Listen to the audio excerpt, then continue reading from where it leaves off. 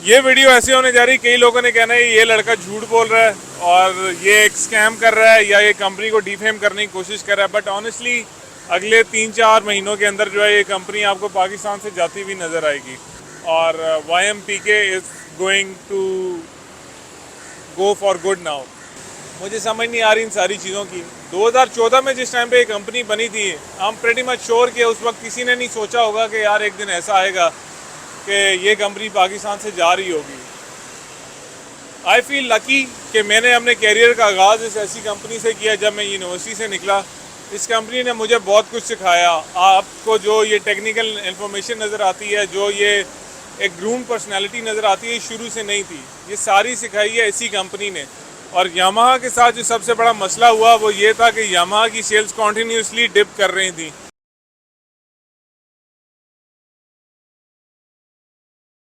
क्योंकि कोई नया वेरिएंट ऐड नहीं हो रहा था। यामाहा से लोग एक्सपेक्ट करते हैं कि यार वो 150 सीसी देगा, वो 100 सीसी देगा, वो कोई 250 सीसी देगा। सेल्स भी उस तरीके की नहीं हुई। जो कंपनी का लोगों की परसीव्ड इमेज था वो 100 सीसी में किंग का था, 100 सीसी में कोई वेरिएंट नहीं दिया। अस्सलाम वालेकुम एवरीवन, मेरा नाम हारिस है। आप सब हॉटस्टार पाकिस्तान ऑफिशियल देख रहे हैं। Welcome to another episode. आज की वीडियो बहुत ही ज़्यादा इंपॉर्टेंट है, इसलिए आपको ये शोर इग्नोर करना पड़ेगा, ये सारा बैकग्राउंड इग्नोर करना पड़ेगा और आप लोगों को मेरे साथ 5-10 मिनट देने पड़ेंगे ताकि मैं आपके साथ शेयर करूं कुछ फैक्ट्स और फिगर्स। ये वीडियो ऐसे होने जा रही, कई लोगों ने कहना है ये लड़का झूठ बोल रहा है और ये एक स्कैम कर रहा है या ये कंपनी को डिफेम करने की कोशिश कर रहा है। बट ऑनेस्टली जितना आप लोग शौक में हैं उससे ज़्यादा शायद मैं ही शौक में हूँ।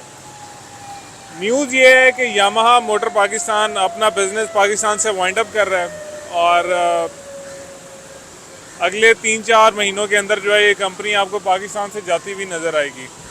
मैंने इस न्यूज़ को जब सुना तो माना नहीं, हालांकि सुना भी बड़े क्रेडिबल न्यूज़ से, ऑटोमार्क मैगज़ीन के जो एडिटर हैं उनसे सुना मैंने, और हनीफ मेमन उनका नाम है। फिर मैंने उनसे कंफर्म किया, फिर मैंने यामाहा में अपने चंद सोर्सेज से कंफर्म किया जो हेड ऑफिस में है, और वहाँ से मुझे पता चला कि वाकई ऐसा हो रहा है और YMPK is going to go for good now. अब ऐसा क्यों हुआ? यामाहा वो कंपनी जो पिछले 10 साल से पाकिस्तान के अंदर काम कर रही है, 2015 से लेके आज 2025 है, क्या सिर्फ 10 साल के लिए ये कंपनी पाकिस्तान में आई थी? क्या इनका प्लान ही ऐसा था या जो भी हुआ? खैर, थोड़ा सा मज़ीद आगे चलते हैं और आप लोगों को बताते हैं साथ साथ कि हुआ क्या। यार 2015 में ना ये कंपनी आई थी पाकिस्तान के अंदर और उस वक्त ये YBR लेके आए थे, आप सबको पता है। फिर उसके बाद YBR-G आया, फिर YBZ आया, फिर YBZ-DX आया।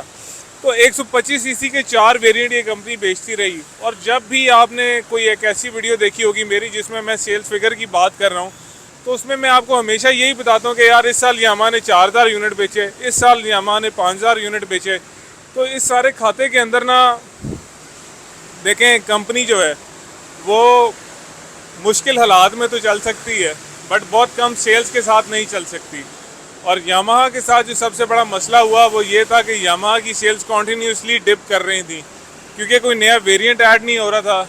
यामाहा से लोग एक्सपेक्ट करते हैं कि यार वो 150 सीसी देगा, वो 100 सीसी देगा, वो कोई 250 सीसी देगा। बट सैडली यामाहा जो है वो 125 सीसी से कभी ऊपर गया ही नहीं। सेल्स भी उस तरीके की नहीं हुई। जो कंपनी का लोगों की परसीव्ड इमेज था वो 100 सीसी में किंग का था, 100 सीसी में कोई वेरिएंट नहीं दिया। सैडली कंपनी जो है अब उसको वाइंड अप करना पड़ रहा है। उसकी एक रीज़न है, ये जो पिछला फिस्कल ईयर क्लोज हुआ है इसके अंदर यामाहा ने 5000 के करीब मोटरसाइकिल बेचे हैं। आप लोगों को पता है होंडा ने कितने मोटरसाइकिल बेचे हैं? 12.5 लाख से ज़्यादा मोटरसाइकिल बेचे हैं इसी पाकिस्तान के अंदर 1 साल के अंदर। अब वो एक ही मार्केट है, उसमें 12.5 लाख मोटरसाइकिल कैसे बेच गया? 70 सीसी में बेचा, 100 में बेचा, 125 में बेचा, 150 में बेचा। अब यामाहा ने, जो मुझे लगता है कि इनकी एक नाकामी की वजह है कि 125 सीसी में स्टक रहे और 4 ब्रांड्स बना दिए, सेम लाइक जैसे कावासाकी के साथ हुआ था। यामाहा के साथ भी वही हुआ कि इनका बायर खुद ही कंफ्यूज है, कौन सा खरीदूं यार, ये भी 125 है, वो भी 125 है।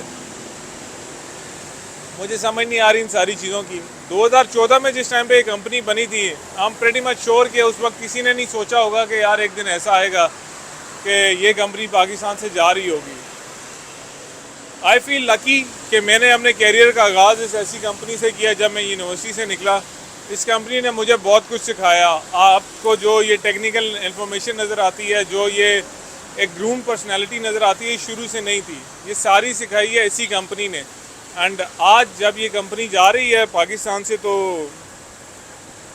आई feel bad and hurt at the same time, क्योंकि मैंने सोचा नहीं था कि इस सारे मुद्दे की एंडिंग जो है वो ऐसी होगी।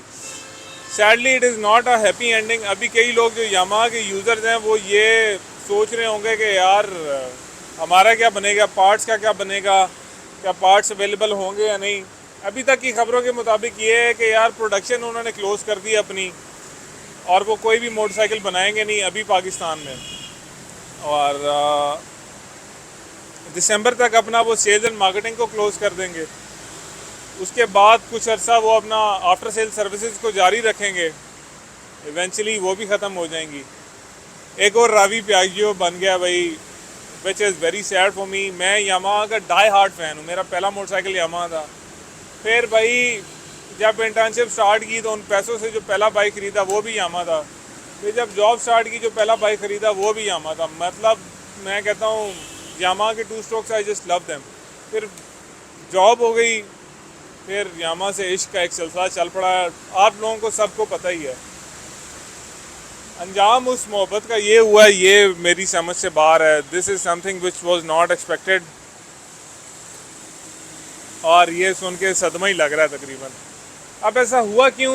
मुझे ये लगता है कि यार एक तो उनकी जो सेल्स टीम थी वो शायद जापानियों को ये बताने में नाकाम रही कि हमें छोटा और बड़ा मोटरसाइकिल चाहिए, हमें 100 सीसी चाहिए, हमें 150 भी चाहिए।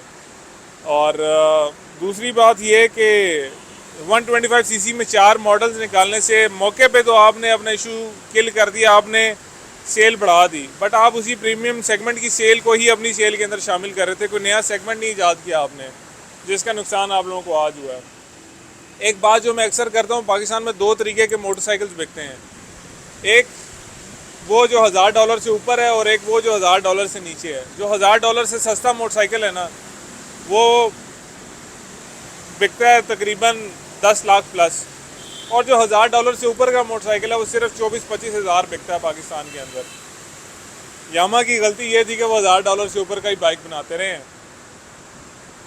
और सैडली अब क्या वो कंपनी डिसकंटिन्यू हो रही है तो काफ़ी फ़र्क आएगा इन चीज़ों का।